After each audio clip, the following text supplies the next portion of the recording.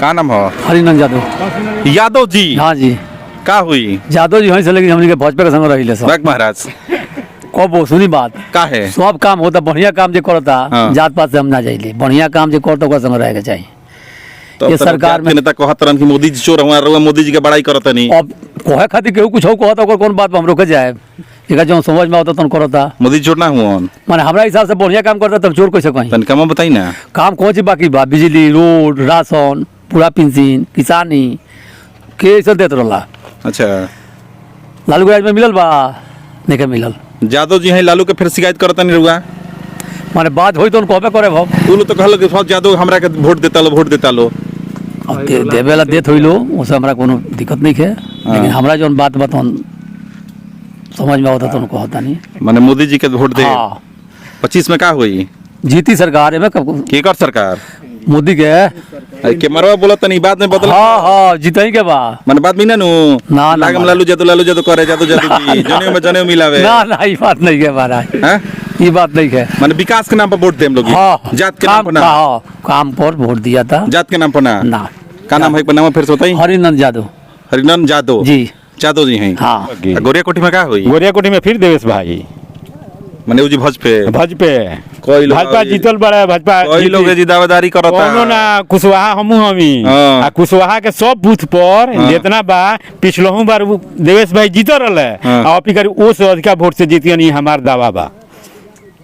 कुछ देले नहीं खनो देला का हमनी के वोट के खरीदेला केहू के माई के लाल नहीं के हमनी के वोट के खरीद ले मन विकास के नाम पर वोट देम सन बस जाति पाति कुछ ना बस विकास बीजेपी के गमछी बोलने बनी। हां किसान है पक्का किसान है पाकी किसान है बीजेपी के मान लिए रखे चाहे पक्का किसानो हो तो जब किसान हो या किसान के पैसा मिलता 2,000 रुपया साल में 6,000 रुपया मिलता तो हम काहे ना भाजपा के मुड़ेछा बने।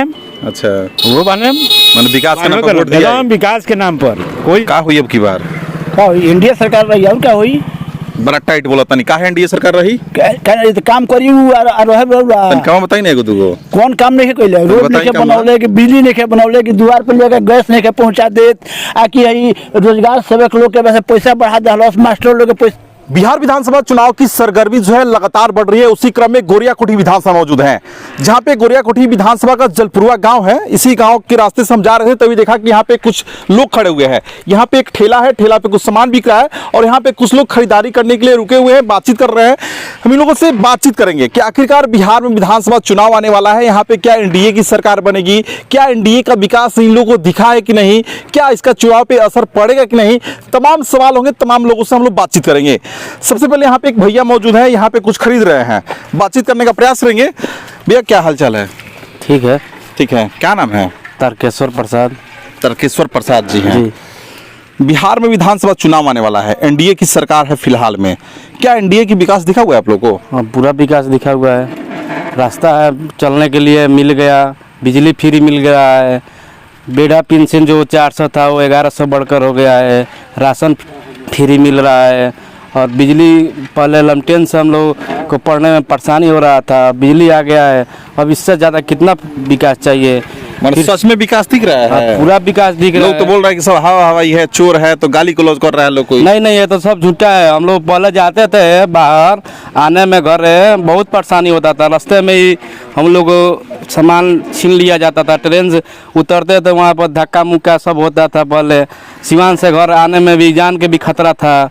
अब वो विकास दिख रहा है उससे भी अच्छा सरकारी यही नहीं है कि हम लोग को सुरक्षा है हम लोग क्या चाहिए रोड चाहिए सुरक्षा चाहिए बिजली चाहिए और क्या चाहिए। एनडीए की सरकार बनेगी फिर से एनडीए सरकार बनेगी।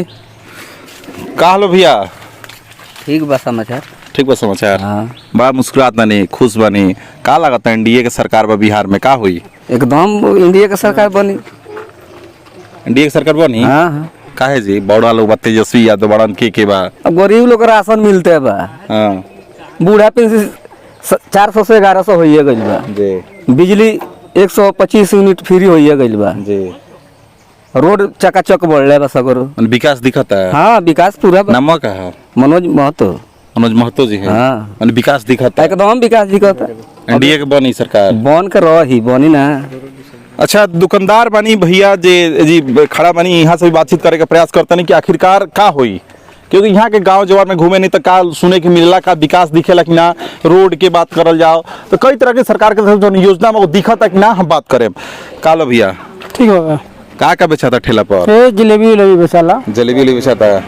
घूमे नहीं डर लागेला? ना ये बड़ा कहाँ डर लगता डर लगेला ना। तो विकास एनडीए के सरकार बा भी, मोदी जी के नीतीश जी के सरकार बावे, कई तरह के योजना बा, बिजली फ्री बा, पेंशन 411 मिलता, कई तरह के योजना बावे।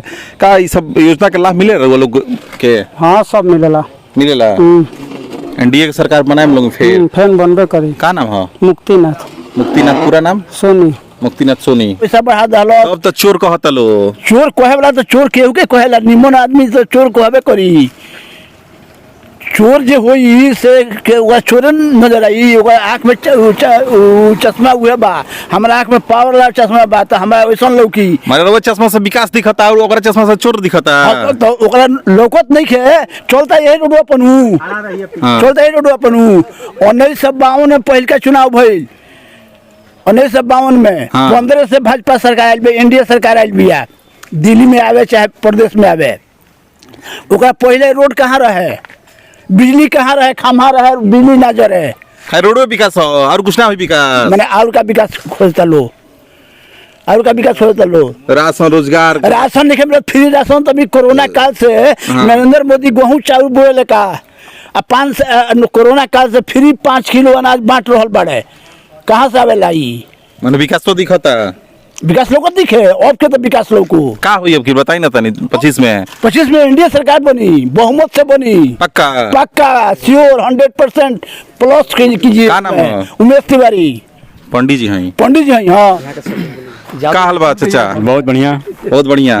मुरेठा उरेठा बोल रहे बनी, का नाम हो? तो हम बैठा किसान हुई तो हमेशा बांधी ले। का नाम हो? कुबेर प्रसाद। कोई प्रसाद जी हैं?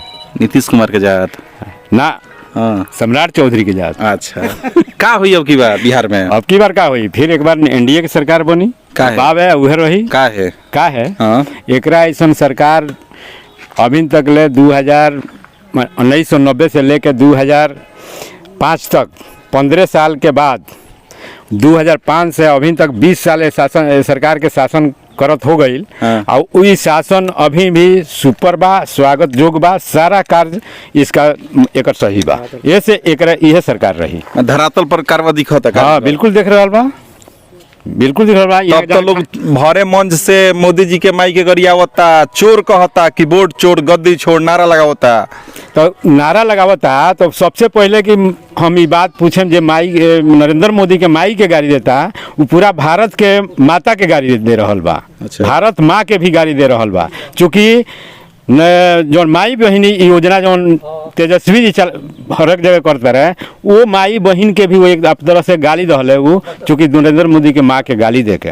तो ये से हमनी के उनका के अब की बार महतारी जितना नारी शक्ति बा वो भी निर्णय ले ले बा कि अब की बार हमनी के फिर इनकर के वोट ना देम सन, और फिर हमनी के भाजपा एनडीए के सरकार बनाएम सन। मने एकर गरिया का असर पड़ी चुनाव? बहुत पड़ी, बहुत पड़ी। 25 से 30 फिर से नीति? हाँ 25 से 30, 225 225 225 सीट लाएंगे हम लोग। पक्का पक्का पक्का पक्का। का भैया काल चाल? बढ़िया बा, बढ़िया।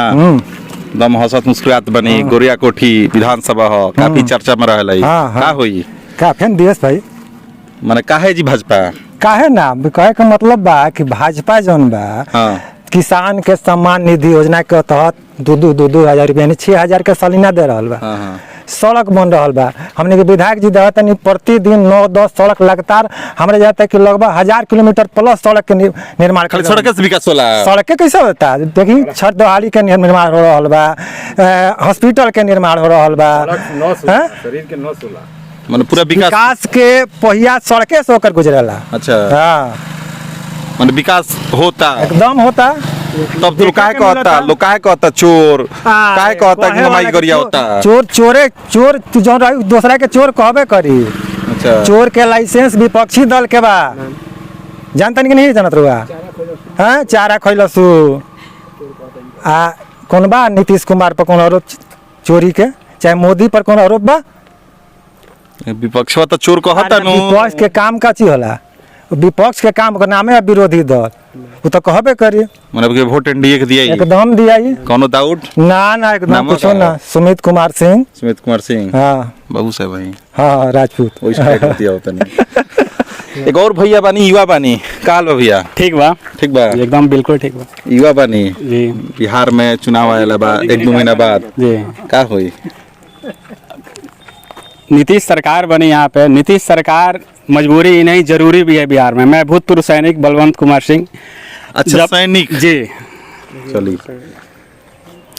काहे मतलब कहतन कि एनडीए के सरकार बनी कुछ बात बताई जब हम लोग 2001 के पहले जब हम लोग बम्बे या दिल्ली से आते थे नौकरी करने के बाद जी। तो रोड की स्थिति इतनी न जर्जर थी कि सिवान से आने में या पटना से आने में 4-5 घंटे लग जाते थे और घर से पूरे 3-4 आदमी आते थे बुलाने के लिए, जो कि आज ये परिस्थिति नहीं है। आज की परिस्थिति में लोग बम्बे से और कहीं से आने के लिए बिहार में पटना से या सिवान से आने में मात्र 40 मिनट लग जाता है सिवान से हमारे घर आने में जी जी। मतलब तक क्यों रोड के विकास से वोट दिया ये रोड का विकास ही नहीं है, बिजली का ही विकास हुआ है, हर परियोजना यहाँ पे लागू किया जा रहा है। जीएसटी के आइल 2 दिन पहले सुन लो कि मोदी जी, टीवी बोला था जी, जी।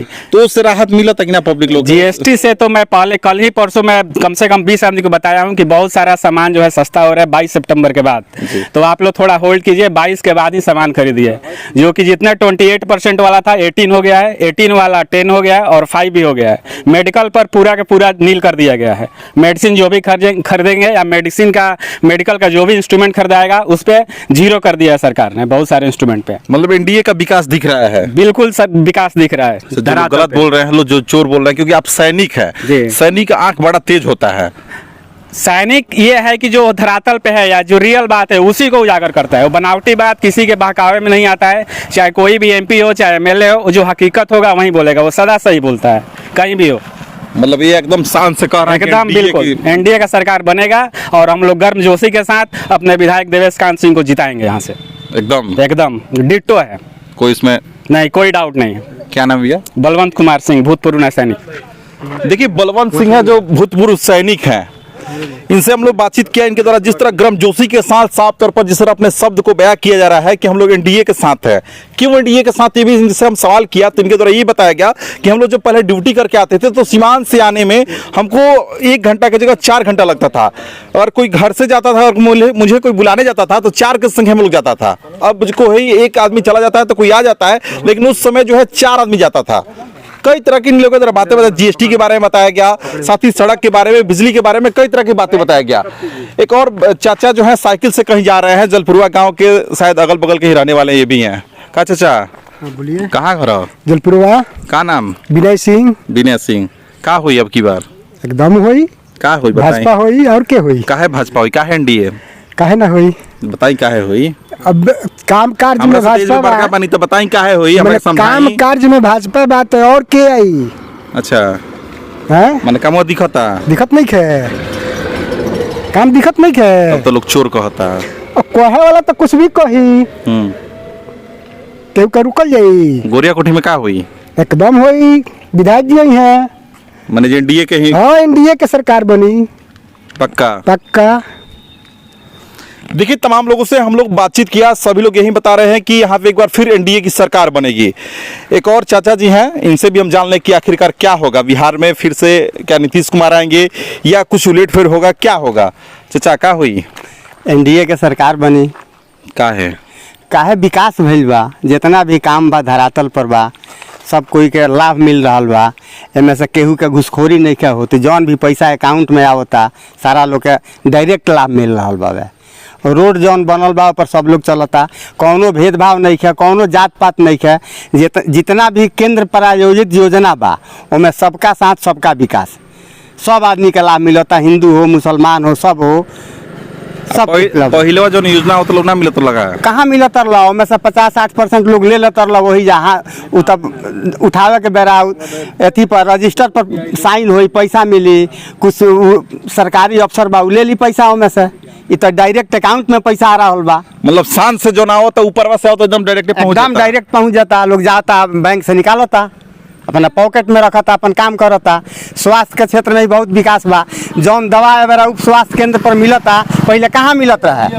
ओइसे एनडीए के सरकार बनी, एकदम एनडीए के सरकार बनी, कोनो में कौनो डाउट नहीं है। रह गई गोरिया कोठी विधानसभा, तो गोरिया कोठी विधानसभा में बिहार में सबसे ज्यादा काम ए जाके विधायक देवेशकांत सिंह कैले बड़े। कौन पार्टी के हैं? बीजेपी का है। पूरा विकास के लिए पूरा विकास कैले बानी, सबसे ज्यादा वोट से जीते वजह से। पक्का पक्की एकदम। नामों का पड़ी? हमारा नाम पड़ी प्रभुनाथ सिंह जी। देखिए, एक प्रभुनाथ सिंह थे, चाचा हैं, इनसे भी हम लोग बातचीत किया। सभी लोगों से हम लोग सवाल किया, सभी लोग एक ही बता रहे हैं कि एनडीए की सरकार बनेगी। क्यों बनेगी, हमने ये भी सवाल किया, क्योंकि सभी लोग युवा वर्ग के कुछ लोग थे, कुछ मजदूर क्लास के लोग थे, कई कास्ट के भी लोग थे, मतलब अलग अलग समुदाय से भी लोग थे। सभी से हम लोग बातचीत किया, सभी लोग बता रहे हैं कि एक बार फिर एनडीए की सरकार बने।